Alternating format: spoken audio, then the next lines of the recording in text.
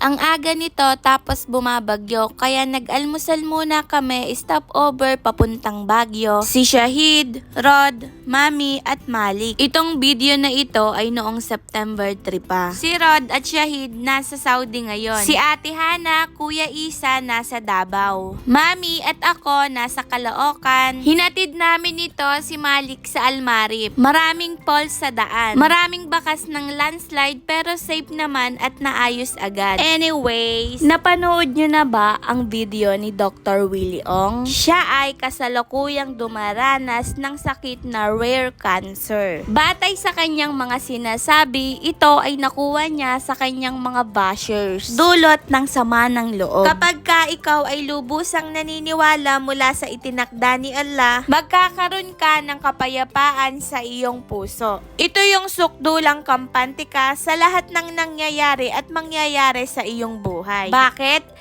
Meron kang paniniwala mula sa mga itinakda ni Allah at hindi ka malulungkot sa kung ano man ang nangyari sa nakaraan at sa kung ano ang hindi mo nakuha mula sa mga ginugusto mong kunin. At kahit kailanman, hindi ka malulungkot at mangangamba. Oops, may mainit na kanin, mainit na bibingka, steam pampano, of course, ang chocolate di batirol. Safe po itong palabok. Yes, sir! At saktong tamis na suman. Tigisa kami ni Hani malaki.